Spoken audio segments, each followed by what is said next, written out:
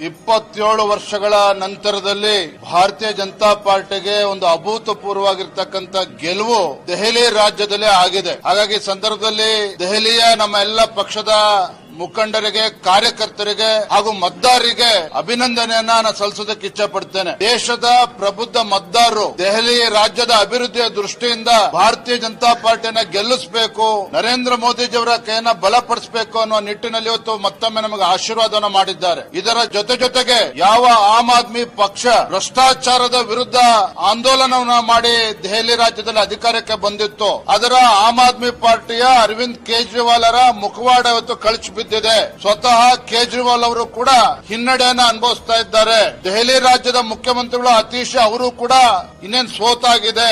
ಮನೀಶ್ ಸಿಸೋಡಿಯಾನು ಕೂಡ ಸೋಲ್ತಾ ಇದ್ದಾರೆ.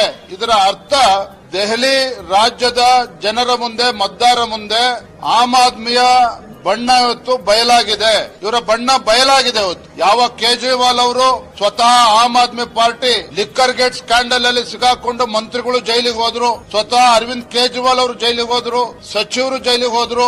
ಸ್ವಚ್ಛ ಆಡಳಿತ ನೀಡ್ತೇವೆ ಅಂತ ಹೇಳ್ತಾ ಇದ್ದಂತ Aam Aadmi party liquor gate scandal ಮತ್ತೆ ಶೀಶ್ ಮಹಲ್ ಸ್ಕ್ಯಾಂಡಲ್ ನಲ್ಲಿ ಇವತ್ತು ತಮ್ಮ ಅಧಿಕಾರವನ್ನ ಕಳ್ಕೊಂಡಿದ್ದಾರೆ. ಮತ್ತೊಮ್ಮೆ ದೆಹಲಿಯ ಪ್ರಬುದ್ಧ ಮತದಾರರು ಭಾರತೀಯ ಜನತಾ ಪಾರ್ಟಿಗೆ ಆಶೀರ್ವಾದ ಮಾಡಿದ್ದಾರೆ, ನರೇಂದ್ರ ಮೋದಿಜಿ ಅವರ ಕೈಯನ್ನ ಬಲಪಡಿಸಿದ್ದಾರೆ. ಹಾಗಾಗಿ ಮತ್ತೊಮ್ಮೆ ಎಲ್ಲ ದೆಹಲಿಯ ಮತದಾರರಿಗೆ ಮತ್ತು ನಮ್ಮ ಕಾರ್ಯಕರ್ತರಿಗೆ ಅಭಿನಂದನೆಯನ್ನ ಸಂದರ್ಭ ಸಲ್ಲಿಸ್ತಾ ಇದ್ದೇನೆ.